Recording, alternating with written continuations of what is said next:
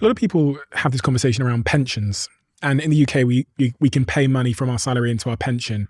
But I think a lot of people think, gosh, when I'm 60, when I'm 65, I want to be rich. I want to be rich when I'm 25. Yeah. And I can go to Vegas and,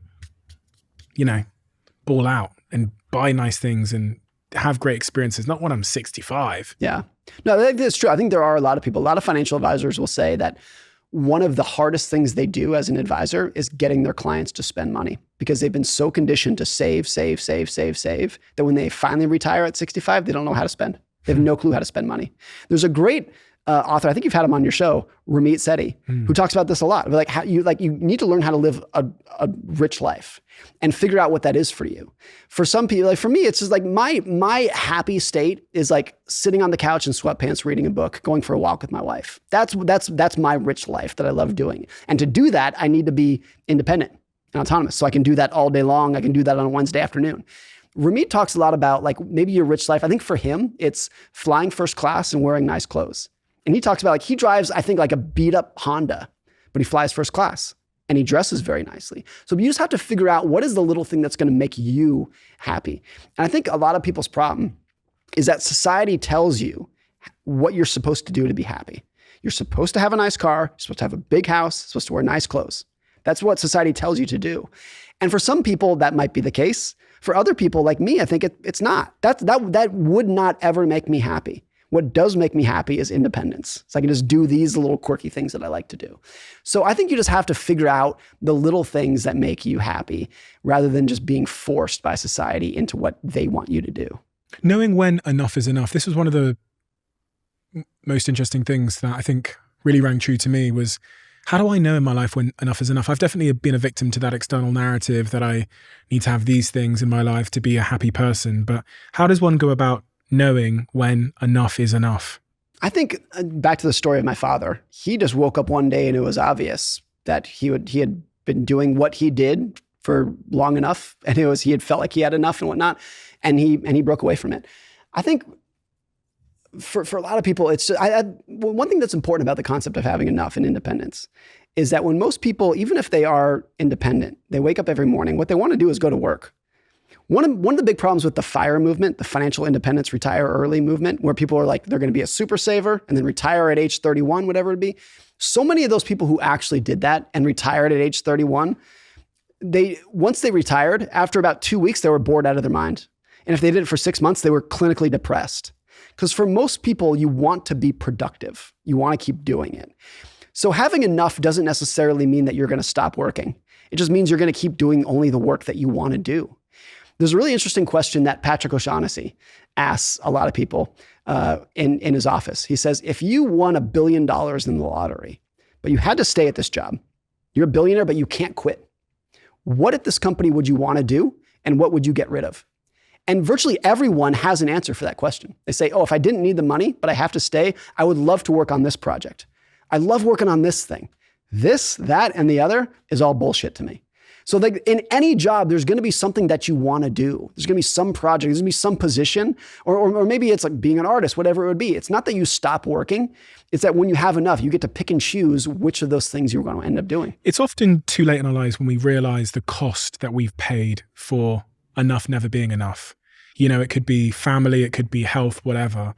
I always reflect on with Bronnie Ware, wasn't it, who interviewed people on their deathbeds and found out that the biggest regret of the dying was not living a life true to themselves, working too much, etc. But that's on your deathbed. There's nothing you can do at that point. Right. And I think a lot about this, like, what am I going to regret? Yes, I think about that too. I think this is pretty morbid to think about, but I think about if I were on my deathbed tomorrow, would I regret working hard and saving a lot of money? And my answer is absolutely not. It would give me so much pleasure to know that my wife and my 2 young kids are going to be fine. And the opposite of that, I cannot fathom being on my deathbed and looking at my wife and my 8-year-old son and my 4-year-old daughter and thinking, you guys are screwed. That would be the biggest regret I can fathom. So I think a lot of people would look at someone with a high savings rate like me and would assume that I'm going to regret it on my deathbed. And who knows? But I have to think it would actually be the opposite. What gives me so much happiness and pleasure is taking care of my family. And if I were to go tomorrow, I wouldn't regret for 1 second the car that I didn't buy, the big house I didn't buy, the nice clothes I didn't buy. Not for a second would I regret not doing those. It's a really good frame to think through, isn't it, about our financial decision making? And, a lot of people like saving up to buy a lot of nonsense that's going to depreciate. And would you rather have a little nest egg left over for the ones you love or buy that Lamborghini? There's another great book called Die with Zero, which basically the title is self-explanatory. And one of the concepts is, even if you want to give money away to your family, don't wait until you die. Don't make your kids wait or like hope you're going to die so they can get their inheritance. Give it to them when it really matters, which for most people is in their 30s and 40s. If you wait until you die at age 90 and your kids are 60 and then they get your money, like what's the purpose of that? Give it to them when they need it. When they're raising kids and whatnot, that's when they need your money. I really like that concept. I think about that with my own kids. The counterpoint to that is, though, if I just give my kids money, then like the Chamath quote, they might lose it quick. So think about that, especially as, someone that has a lot of cash they could give. I think about this because at some point I'm going to have kids and they're going to, Daddy, I want to do a driving lesson, or they're going to be 18 and go off to university or whatever. God, I hope they don't go to university. And they're going to say like, I've got nowhere to live, or I found this nice apartment, Dad. And in those moments, do I make the decision to pay for it because I can, or withhold it because they need to learn the hard way?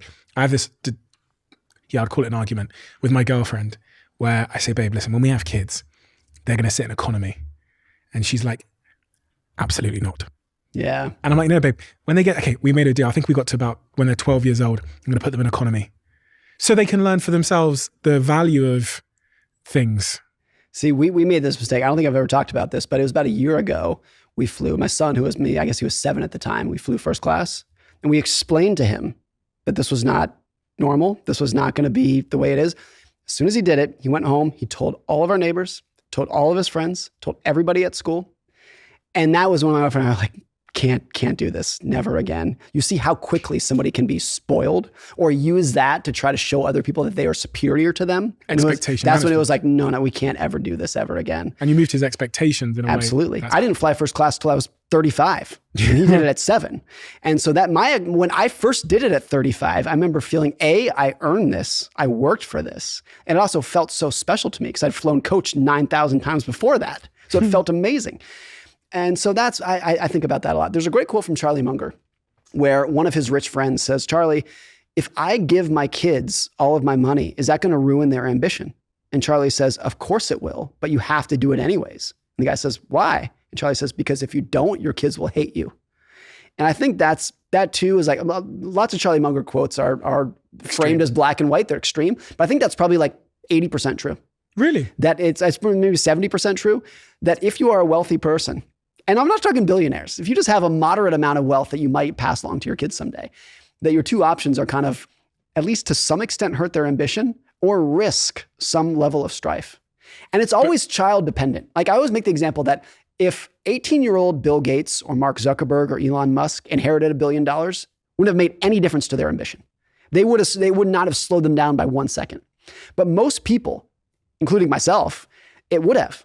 Like I was driven by fear of not making it, which is what most people are. I was scared shitless that I was not going to find the right career, that I wasn't going to make it. And that's what drove me. Some people don't need that, but I think it's very rare. I think the huge majority of people, if you give them an easy life, they will take it and embrace it with both hands. Making money and keeping money require two different skills. You've spoken about a few of the skills that are required for making money. The one that really stuck out to me that you've discussed so far is this idea of endurance, patience, regardless of what's happening in the markets, regardless of the volatility, lose your password and sit on your hands. Just on that point as well, I remember reading somewhere, it might have even been your book. It's so crazy because the things that I know about money, I can't remember where I've got them from, but most of them came from this book. Like most of the principles came from this book. And one of the things that I read was that Warren Buffett would go like 5 years without allocating capital. And this quote where he said, the hardest thing to be a great investor is to be able to sit on your hands and do nothing. Sit on your ass and do nothing. That's it. That's a Munger quote. And that's what they're doing right now. Berkshire Hathaway, which is Warren Buffett's company, has like $150 billion of cash right now. And that's their entire 60-year history of Warren Buffett and Berkshire Hathaway is build up a shitload of cash, wait 10 years for an opportunity, deploy it all, and then go back to waiting and building up cash. Crazy. And that's how they've done it. Good opportunities are rare. Of course they are. They should be rare. It shouldn't be that anybody can just open up their stock account and find the opportunity of a lifetime. What are the It's going to come once a decade. What are the other skills then? Endurance, patience, to get money. For the ordinary person, endurance and patience is 99% of what you need as an investor, because the opportunities there to invest in a low-cost index fund are available for everybody. And you can do that from your phone. Like you do it from your phone, open up a Robinhood account, buy some index funds. Anybody can do that. And so but that was not always the case. It used to be like 20 years ago that the only people who could invest were people who had a lot of money and could afford a broker and had a connection to a broker. And you had to like make a phone call. A phone call. You had to know a guy. And even then you were going to pay a ridiculous fee to that person for doing it. You got pieces of paper and all kinds of. Huge. It was a joke. And that's 20 years ago. It was not that long ago. So I think like people aren't grateful enough or appreciative enough of how much things have changed that open up those opportunities for everybody. You talk about the skill of keeping money, which is different from the skill of getting money, is predicated on survival. Financial survival, and just putting up with all the unpredictable nonsense that's going to happen between now and the end of your life. And we talked earlier about the surprises, Pearl Harbor, 9/11, all these big surprises. It's just your ability to endure things like that that's going to be literally 90% of your financial success and your investing success. So gaining money is like being an optimist and taking a risk, like being optimistic about yourself, swinging for the fences. You need that to get rich. Staying rich is like the exact opposite. You need a level of being conservative. You need to be scared. You need to be like acknowledge of all the unknown risks that are in front of us and have a financial allocation and a mindset that's going to allow you to endure them and survive them financially. You need both of those skills at the same time to do well. Your kid is 20 years old. He's broke. Do you tell him to go and take huge outsized risks? He's not got a family. He's not got a mortgage. He's not got a dog. What advice do you give him at that age to create wealth? I would actually say that I think this is a little counterintuitive, that when somebody is young, you would think you would say, you got 50 years in front of you, swing for the fences, go for it. It's also when your life is the most fragile. It's when you're most likely to be laid off, most likely to change your career, most likely to break up or get divorced, whatever it would be. And so for that, you need quite a bit of financial flexibility, just cash and liquidity. So once you had some level built up, whatever the level might be for a different person, then like do something crazy. I also think like for careers, some of the best career advice, that's maybe not universal, but when you graduate college and you're looking at your career, don't take the safe job, which is usually like the big company, the blue chip company. Go for the weird company. Why? Go for something crazy, because when you're older, when you're 40 and you have 2 kids and a mortgage, you're not going to want to take the weird job. That's when you want the stability. That's when you're probably going to want the job that has good benefits and a stable paycheck, because you need that. When you're 22 and you're not tied down by anything, don't go work for Goldman Sachs or Apple or Deloitte or something like that. Go for the weird startup where you're going to learn something completely different. Linked to that point is, in the weird startup, you're going to be so close to the failure, and failure is the knowledge. You're going to learn so much more. You're going to learn so much. And there's so many people who take the blue chip, the safe job out of college, and it puts them on a very predictable track. You're going to be an analyst for 2 years. And then if you're good, you'll get promoted to senior analyst, and then you'll get promoted to associate. It's like very stable and linear. And that's you're capping all of your upside. Or if you go for the weird company, you're either going to do one of two things. It's either going to fail and you're going to learn a lot from that, or it's going to take off and you're going to learn a lot from that. And then maybe when you're 40, after going through all that, then you want the stable job at the big company. It's interesting. I was thinking as you're speaking that the proximity from your desk and the CEO's probably needs to widen over time. Yes, I think that's true. Yeah, absolutely. And most people, I think if you do it the other way around, or most people would never do it the other way around. If you start your career in the stable company, you're probably never going to leave. You're going to get addicted to the nice paycheck, the stable benefits, whatnot, and you're never going to take a risk and do anything else. And maybe that's okay. Maybe for some people's personalities, that's exactly what they want. But I think there is a higher level of regret for people that start in a safe company and then they get the golden handcuffs, they can't leave. And by the time they're 40 and they realize that they wanted to work at the crazy company, they can't, because they got a mortgage and 2 kids and they're saving for retirement and they can't take the risks at that level of their life. You introduced this concept of tails, long tails. And this also changed my life, changed my investment strategy, I should probably say. You talk about the example of venture capital, where for every 50 investments that venture capitalists make, statistically, half of them will completely fail. 10 will do okay, and 1 or 2 will make huge profits that drive 100% of the fund's returns. Yeah. This is a lesson about investing in finance, but it's also, for me, a lesson about life. It's always life. Yeah. It applies to everything. Tails, where just a couple of things that happen explain 90 or 99% of what matters. it's always the case. You see it in business where you take in the United States, there are, thousands of public companies that you can buy stock in. But the huge majority of the value in the US stock market is in like 10 companies. Apple, Tesla, Microsoft. So even though you have thousands of companies, 10 of them are the ones that really matter and are going to drive all of the returns over time. So why don't you just buy those 10? Because nobody knows what they're going to be, at least in hindsight. That's the argument for owning 1,000 of them, is that you know that the 10 that are going to be the next big ones are going to be in there. All of this is a case for humility. This is honestly what I took away from your book. You're expecting to walk away with tips, all these tips, these tricks, these special ways to make more money than everybody. What I came away with is this one important lesson that I've never been able to unsee, which is, I don't know. I think that's great. And that back to, I wrote this book for myself. That's been the biggest lesson for me.